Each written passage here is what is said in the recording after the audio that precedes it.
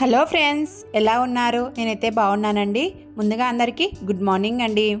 ఇవాళ టిఫిన్లోకి అయితే పెసరట్టు అయితే వేస్తూ ఉన్నానండి. ఫ్రిడ్జ్లో అయితే కొద్దిగా పెసరట్టు పిండింది, కొద్దిగా దోశ పిండింది అనమాట. ఎవరికి దోశ కావాలంటే వాళ్ళకి దోశ, ఎవరికి పెసరట్టు కావాలంటే వాళ్ళకి పెసరట్టు వేసిస్తూ ఉన్నానండి. పెసరట్టు విత్ కొబ్బరి చట్నీ అండి. కొబ్బరి చట్నీ అంటే ఎర్రగడ్డ కారం అనమాట. మా సైడ్ ఎర్రగడ్డ కారం అంటూ ఉంటారు. నేను ఇక్కడ మసాలా పెసరట్టు అయితే వేస్తూ ఉన్నాను. మసాలా పెసరట్టు అంటే ఏమీ లేదండి, పెసరట్టు వేసిన తర్వాత వాటిపైన ఎర్రగడ్డ కారము, పప్పల పొడి చల్లేసుకుంటే చాలా చాలా టేస్టీగా ఉంటుందండి. అలాగనే కొద్దిగా 1 టేబుల్ స్పూన్ నేను కూడా యాడ్ చేసేసి బాగా ఆ కారం అంతా మగ్గే వరకు మనము మంటను సిమ్లో పెట్టేసి మగ్గించుకుంటే ఇంకా మసాలా పెసరట్టు అనేది మనకు రెడీ అయిపోతుంది.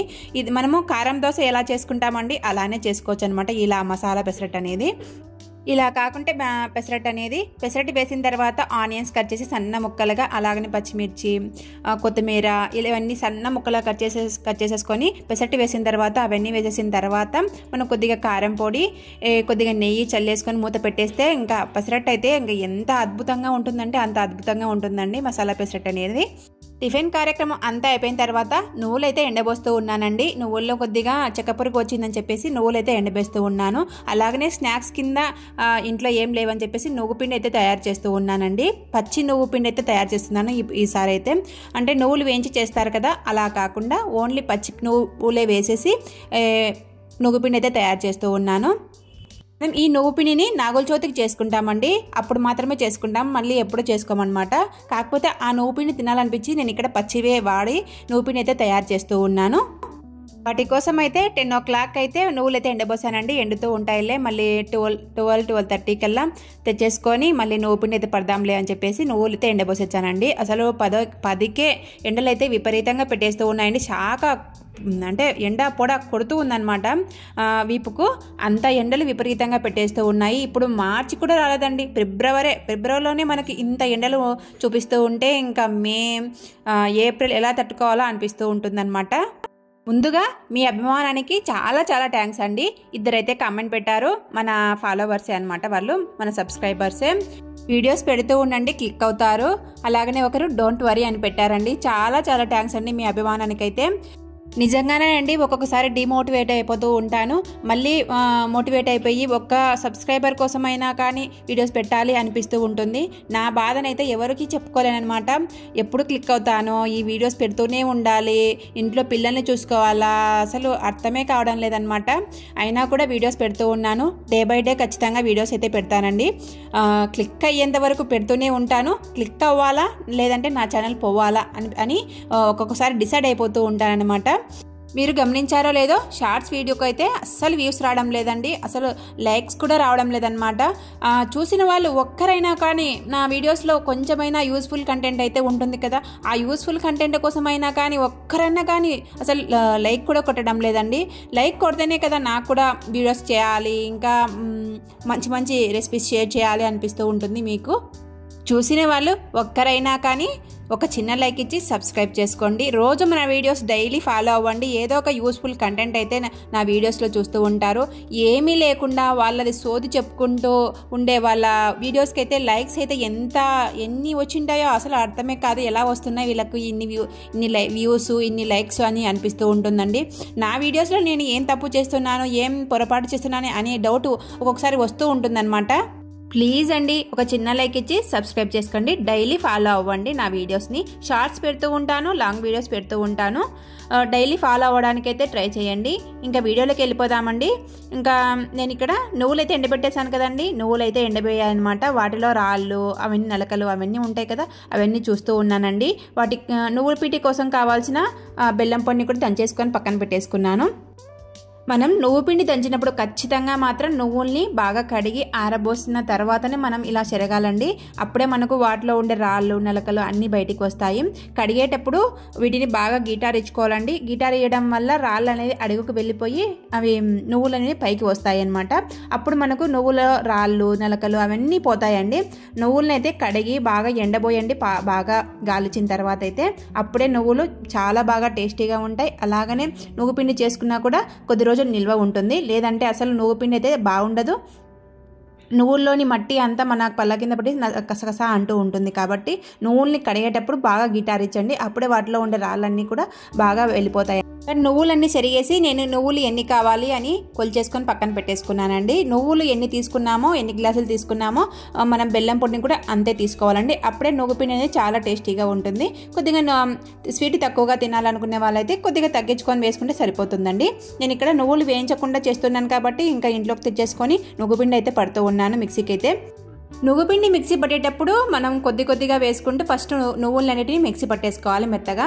బెల్లం పొడిని మళ్ళీ నువ్వులు యాడ్ చేసి మిక్సీ పట్టేస్తే మనము నువ్వులు మెదగకుండా నువ్వుపిండి అనేది టేస్టీగా రాదండి. కాబట్టి ఫస్ట్ నువ్వులు వేసేసి బాగా మెత్తగా మిక్సీ పట్టేసిన తర్వాత బెల్లం పొడిని యాడ్ చేసేసి మనం నువ్వుపిండి అయితే పట్టేసుకుంటే నువ్వుపిండి అనేది చాలా టేస్టీగా వస్తుంది. నేను ఇక్కడ 4 గ్లాసులు నువ్వులు అయితే తీసుకున్నాను కాబట్టి ఒక 3 వాయిలు అయితే వచ్చాయండి నాకు మిక్సీ జార్కి అయితే.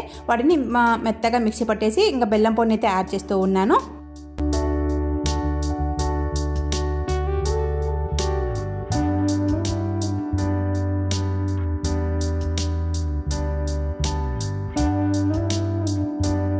మనం నువ్వుల పొడిని బాగా మిక్సీ పట్టేసిన తర్వాత ఉంటలుగా కడుతుందండి. ఆ ఉంటలన్నీ బాగా నలిపేసి మళ్ళీ తర్వాత బెల్లం పొడిని యాడ్ చేసుకొని బాగా కలిపేసుకొని పక్కన పెట్టేసుకోవాలండి. నేను ఇక్కడ బెల్లం పొడిని అయితే చెప్పాను కదండి, నువ్వులు ఎన్ని తీసుకుంటామో బెల్లం పొడిని కూడా అంతే తీసుకోవాలి. అప్పుడే నువ్వు పిండి అనేది చాలా టేస్టీగా వస్తుంది.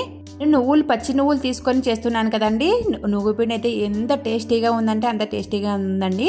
అసలు నువ్వు పిండి ఇష్టపడే వాళ్ళైతే చాలా టేస్టీగా అనిపిస్తూ ఉంటుంది మనం ఇలా పచ్చి నువ్వులతో నువ్వు పిండి చేసుకుంటే. బెల్లం పొడి అంతా కలిపేసిన తర్వాత యాలకులు వేసుకోవాలండి. మనం ఈ నువ్వుల లడ్డూలు అయితే యాలకులు ఒక 5-6 వేసేసుకొని అంతా కలిపేసి మళ్ళీ మిక్సీ పడితే నువ్వు పిండి అనేది చాలా టేస్టీగా వస్తుంది.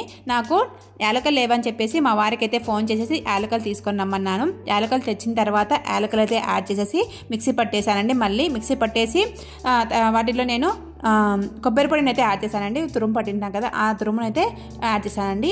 ఇలా కొబ్బరి పొడిని యాడ్ చేయడం వల్ల మనము నువ్వుల లడ్డు తినేటప్పుడు ఆ కొబ్బరి పొడి పంట కింద పడి చాలా టేస్టీగా ఉంటుంది. కాబట్టి నేను నువ్వుల లడ్డులో ఎప్పుడైనా కానీ కొబ్బరి పొడిని అయితే యాడ్ చేస్తాను. కొబ్బరి తురుము కానీ కొబ్బరి పొడి కానీ లాస్ట్లో మనం ఉండ చేసుకునేటప్పుడు వేసుకోవాలన్నమాట. అప్పుడే మనకు ఆ కొబ్బరి ఆ ఫ్లేవర్ అనేది తెలుస్తుంది. ఇంకా నేను ఇక్కడ అన్ని లడ్డూలు అయితే చుట్టేసానండి. చుట్టేసి మా వాడికి అయితే చూపిస్తూ ఉన్నాను. తిందురారా అంటూ ఉంటే వాడు నాకు వద్దమ్మా అంటూ ఉన్నాడనమాట.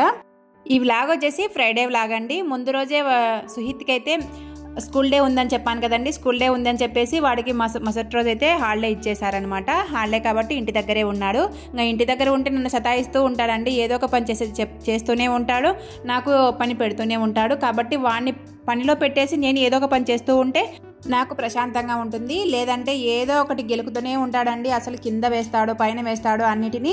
ఇంకా నేను వాడిని తట్టుకోలేనని చెప్పేసి వాడికి ఏదో ఒక పని పెడుతూ ఉంటాను. ఇంకా నేను ఇక్కడ ఉండలు అయితే చుడుతూ ఉన్నానండి. ఉండలు అయితే చుట్టేశాను. ఆయిల్ అయితే పచ్చి నువ్వులు కాబట్టి ఆయిల్ అయితే వాటిలో నుంచి ఎంత బాగా వస్తుందంటే అంత బాగా వస్తుంది. స్మెల్ అయితే అదిరిపోయిందనమాట. ఎప్పుడైనా కానీ మీకు పచ్చి నువ్వులతో నువ్వు పిండి చేసుకొని తినండి. ఎంత టేస్టీగా ఉంటుందో అంత టేస్టీగా ఉంటుందండి. మనం వేయించినప్పుడు రాని టేస్ట్ పచ్చి నువ్వులు మనం చేసుకొని తింటే చాలా టేస్టీగా ఉంటుంది. హెల్త్కి కూడా చాలా మంచిదండి పచ్చి నువ్వులు తినడం వల్ల.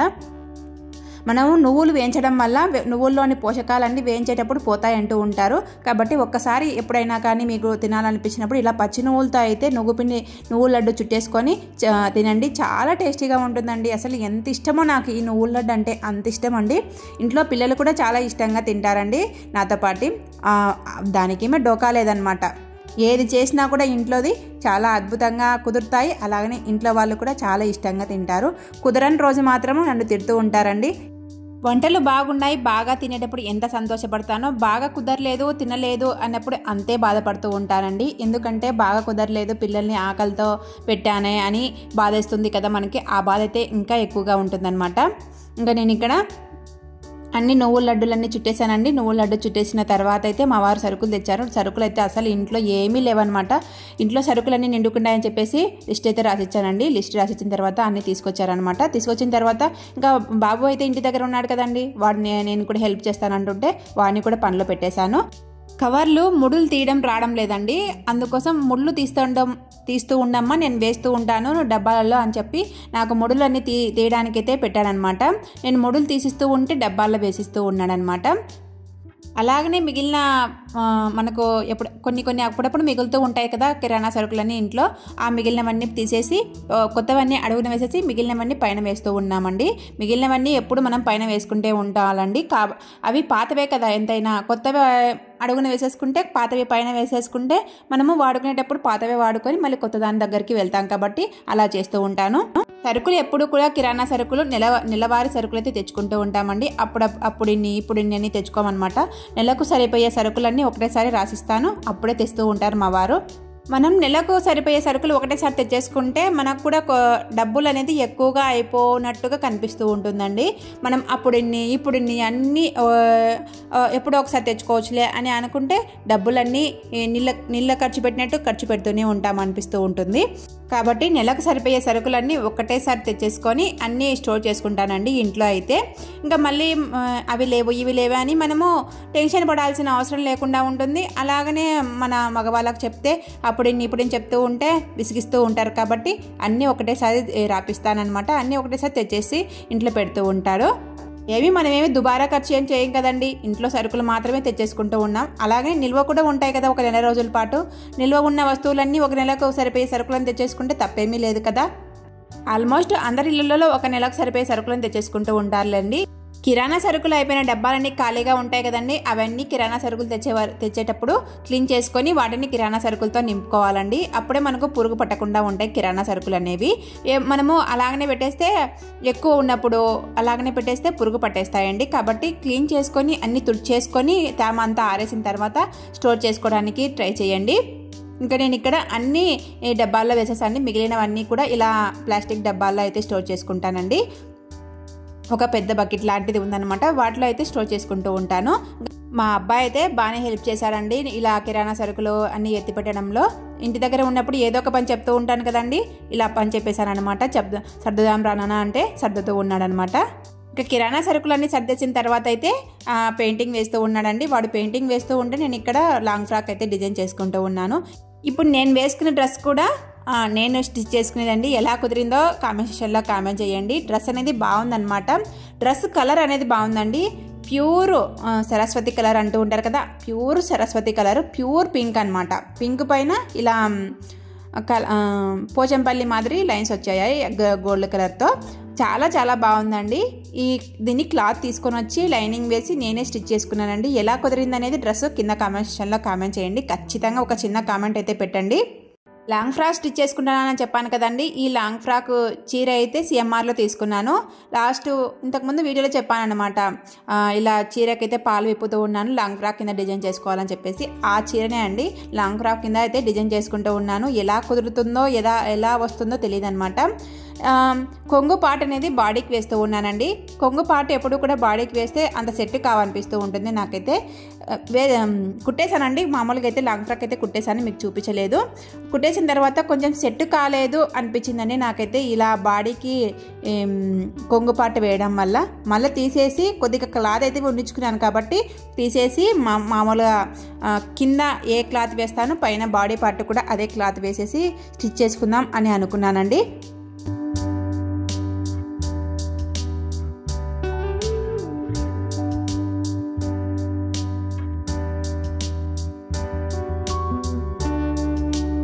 ఫస్ట్ ఫ్రిల్స్ అనేది ఒకలాగా పెడుతూ ఉంటే రాలేదండి, మళ్ళీ తీసేసి లైనింగ్కి సపరేట్గా పెడుతూ ఉన్నాను ఫ్రిల్స్ అనేవి.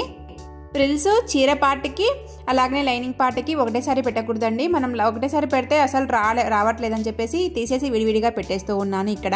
ఇంకా ఇదే అండి ఇవాళ వీడియో అయితే. వీడియో నచ్చితే చిన్న లైక్ ఇచ్చి సబ్స్క్రైబ్ చేసుకోండి. నా వీడియోస్ యూస్ఫుల్ అనిపిస్తేనే సబ్స్క్రైబ్ చేసుకోండి. మరొక మంచి వీడియోతో మళ్ళీ కలుస్తాను. ఉంటానండి, బాయ్.